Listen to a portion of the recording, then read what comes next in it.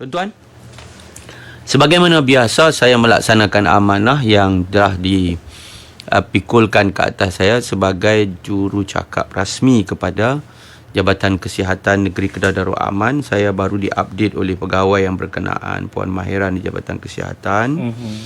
Update kes kita hari ini, tuan-tuan, 15.2, Kedah masih lagi dalam keadaan terpaksa meredah mengharung cabaran besar, ya. Cuma rendah sikit daripada kemarin.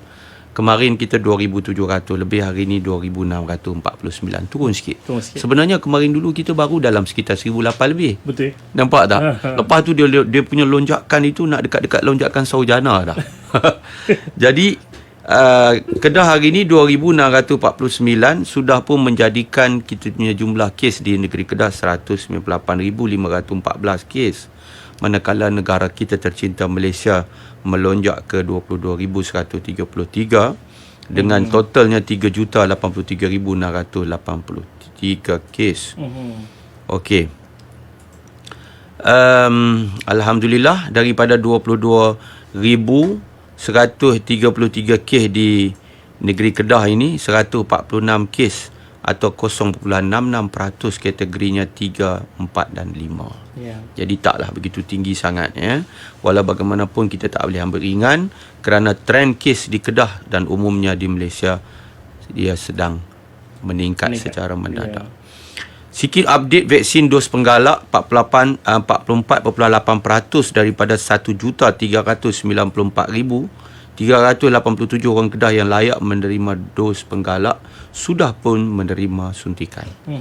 Jadi dipohon agar dos penggalak vaksin COVID-19 dapat tuan-tuan dan perempuan yang sudah sepatutnya pergi, silakan tuan-tuan, ya, untuk ke mana-mana klinik kesihatan secepat mungkin, khususnya warga MAS, pesakit kronik dan penerima vaksin Sinovac, ya, 2 dos yang terdahulu bagi mengelak kemungkinan bila kena jangkitan COVID yang teruk, ya, tuan-tuan dan puan sekalian.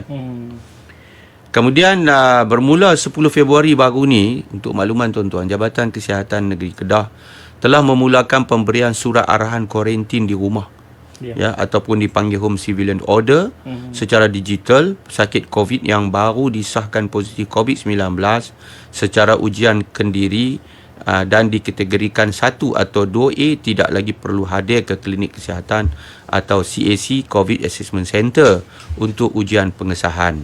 Jadi tumpuan yang ada kes 1, kategori 1 atau 2A ni hanya perlu lapor dalam aplikasi MySejahtera, kemudian kita akan duduk di rumah kuarantin sendiri, tak akan pakai gelang pink, dan surat arahan bercetak pun akan dikeluarkan kemudian.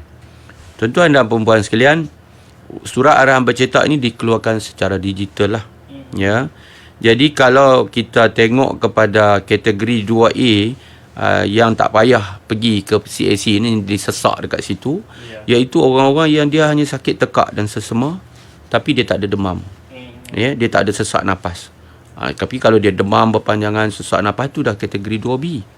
Ya, kalau dia batuk tanpa demam ataupun sesak nafas, dia batuk sahaja, itu kategori 2A. Kalau dia hilang deria rasa tapi masih selera makan, itu juga 2A, tak payah pergi. Kalau dia hilang deria bau sahaja, tak payah pergi. Kalau cirit-birit hanya 2 kali atau kurang daripada 2 kali dalam masa 24 jam, tetapi kekerapan dan pengeluaran air kencingnya macam biasa, juga 2A, tak payah pergi. Kalau loya dan muntah tetapi kekerapan dan pengeluaran air kencing dia macam biasa, normal, dia juga tak payah pergi. Kelesuan itu juga 2A, tetapi masih boleh melakukan aktiviti harian. Sakit otot tu juga, dia masih ada sakit otot tapi boleh buat aktiviti harian. Berbanding kategori 2B. Ya, 2B ni tuan-tuan kena ambil ingat, kalau dia masuk 2B, tuan-tuan kena pergilah untuk buat pengesahan. Apa yang dimaksudkan dengan kategori 2B? Iaitu demam yang berpanjangan, berterusan 2 hari ataupun lebih, atau demam semula selepas sembuh. Dia demam, lepas tu dia sembuh, dia demam lagi, dia demam lagi, itu kena pergi. Ataupun dia sudah mula kesukaran bernafas, apabila berjalan naik tangga sikit, dia dah mengah, kan, dia dah sakit dada, hilang langsung selera makan, ya, ataupun kelesuan dia bertambah teruk, terutamanya semasa melakukan aktiviti harian atau semasa baru bangun daripada tidur. Ya, bila dia nak berjalan, dia tak mampu berjalan, dia memerlukan bantuan anak dia atau orang lain. Ini adalah kategori 2B.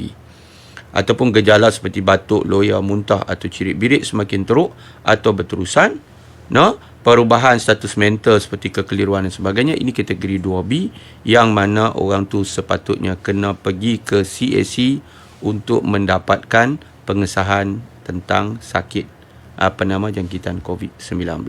So jadi 2A tu ringan, 2B tu sederhana, tapi dah kena pergi ke CAC, ya. Jadi kalau setakat 2A tak payah pergi dulu tuan-tuan, ya.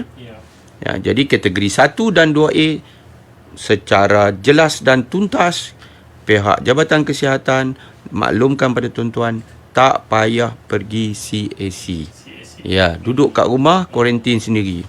Tuan-tuan dan puan sekalian.